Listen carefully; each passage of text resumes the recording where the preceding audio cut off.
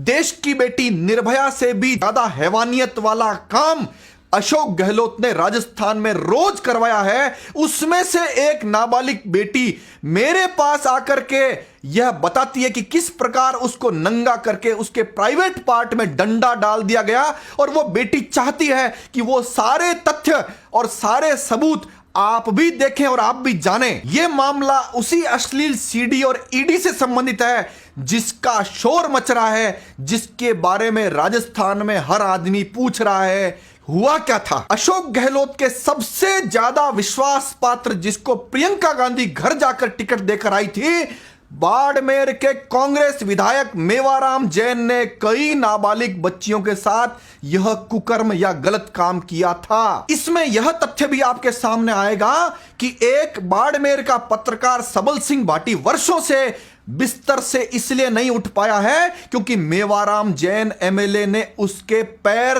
तुड़वा दिए। पैर तुड़वाने के इस मामले को ऐसा उदाहरण बताया जिसको मेवाराम जैन हर एक आदमी को बताता भी है। एमएलए मेवाराम जैन पुलिस के वर्दीधारी लोगों के साथ जाकर नाबालिग बच्ची के साथ गलत काम करता है, उसको धमकाता है, और उसके अलावा अनुसूचित जनजाति की दो बेटियां जिसकी उम्र 10-12 साल है उनके साथ भी गलत काम करता है। जब ये नाबालिग बेटियां अपनी आवाज उठाने के लिए एक अनुसूचित जाति के सहयोगी को तैयार करती है जो विकलांग होता है, वह इन बेटियों की जब बात उठाता है, शोर मचता है। शोर मचने पर अशोक गहलोत अपने दो दरिंदे पहरेदारों की ड्यूटी लगाता है कि इस नाबालिग बच्ची का दमन करो, इसके साथ वो करो कि यह केस कराने की हिम्मत नहीं जुटा सके, नहीं किसी और में इस बात की हिम्मत जगे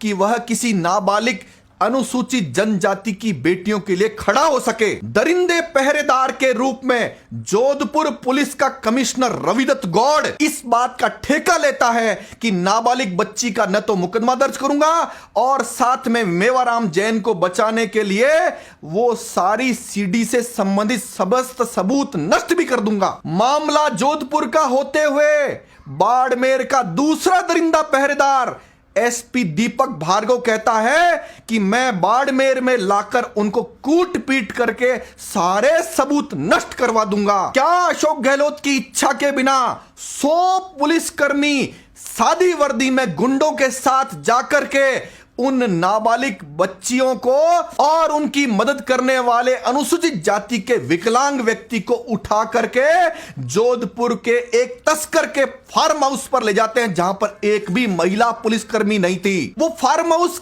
किसी पुलिस थाने की जगह नहीं थी, पुलिस चौकी नहीं थी, पुलिस का ऑफिस नहीं था। यह दरिंदे पहरेदार रविदत्त गौड़ के स्पेशल पुलिस वाले सादी वर्दी में और कई थानेदार सादी वर्दी में, बाड़मेर पुलिस के कई पुलिस वाले सादी वर्दी में, जिसमें गंगाराम खावा एसएचओ, जिसमें दाऊद खान एसएचओ, जिसमें आनंद पुरोहित डीवाईएसपी और कई गुंडे तस्कर उनके साथ जाते हैं और उन महिलाओं को पट्टे लगाने के बाद कहा जाता है नंगी हो जाओ। जब वो नंगी नहीं होती है, पुलिस वाले और गुंडे उनके कपड़े खींचकर फाड़ देते हैं। जोधपुर की बेटियों को नंगा करने के बाद जिस अनुसूचित जाति के विकलांग व्यक्ति ने उनको मदद की थी, उसके टूटे हुए पैर से भी उसको उल्टा लटका करके उसको वो यातना दी जाती है कि उसका सदमा इन महिलाओं के, इस नाबालिग बेटी के दिमाग में बैठ जाए। फिर उनसे कहा जाता है कि मेवाराम जैन से जुड़ा हुआ हर एक सबूत हमको दो। इस बात के लिए उनको बंदूकों से डराया जाता है और उनके प्राइवेट पार्ट में डंडा डाल दिया जाता है। नंगा किया। किसने नंगा किया तुमको? वहाँ पे जो पुलिस वाले थे, डंडा डाला हम लोगों के। लाल मिर्च लाई जाती है और उनको कहा जाता है इसी फार्म हाउस में तुम्हारे ये मिर्ची डाल देंगे और तुम्हारा एनकाउंटर करके खत्म कर देंगे अगर तुमने वह अश्लील वीडियो नहीं दिया तो। मामला जोधपुर का था, 100 पुलिसकर्मी, सादी वर्दी, कोई महिला नहीं। उसके बाद दूसरा दरिंदा पहरेदार दीपक भार्गव, जिसके खिलाफ 9 से ज्यादा एफआईआर दर्ज है, तो यही धंधे करते करते अशोक गहलोत का खास बना था।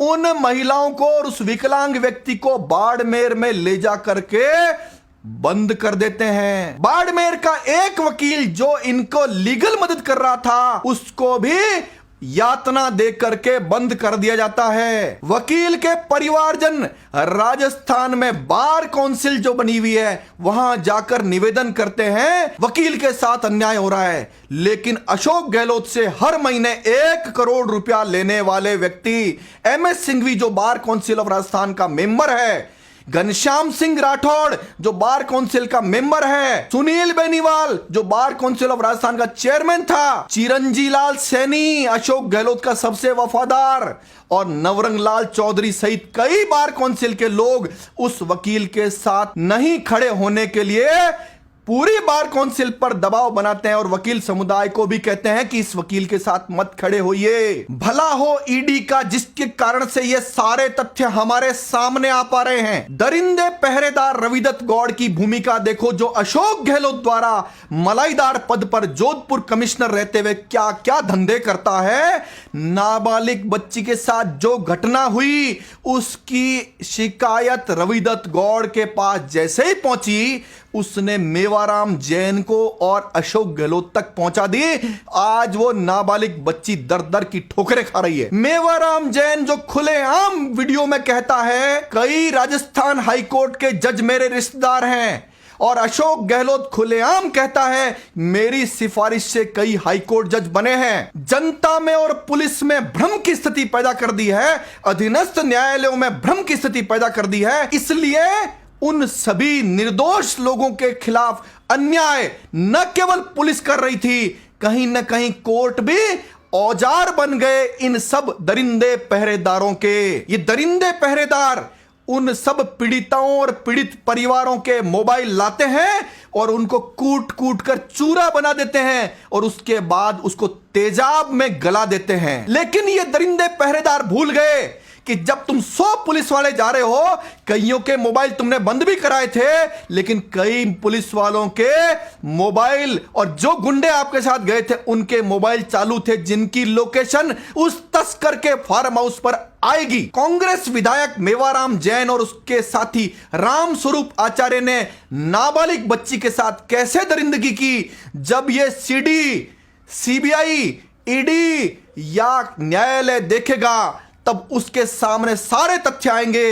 राजस्थान की कोई मां, बहन, बेटी अशोक गहलोत से, मेवाराम जैन से और दरिंदे पहरेदारों से नफरत किए बिना नहीं रह सकती है। पत्रकार सबल सिंह भाटी के टूटे हुए पैरों को देखकर डरा हुआ मीडिया और मीडिया मालिकों के घर नोटों से भरे हुए बोरे पहुंचने के बाद बिका हुआ मीडिया इस केस से संबंधित कोई भी साक्ष्य लेना चाहे तो मुझसे ले सकता है, लेकिन आपको एक शपथ पत्र देना पड़ेगा कि आप इस सच्चाई को जनता तक पहुंचाएंगे। आप इस नाबालिग बेटी के साथ जो घटना घटी है, जो दरिंदे पहरेदारों ने गुंडों के साथ मिलकर जो काम किया है, वह जनता तक पहुंचाएंगे। अगर आप ऐसा करते हैं तो आप भी, यानी मीडिया कर्मी भी, पत्रकार भी अपने घर में जाकर अपनी पत्नी, बेटी, बहन और मां को चेहरा दिखा पाएंगे। शांति धारीवाल की भाषा वाले मर्द कांग्रेस में हो सकते हैं, लेकिन मैं यह मानता हूं कि राजस्थान के जिस मर्द के पास यह बात पहुंचेगी,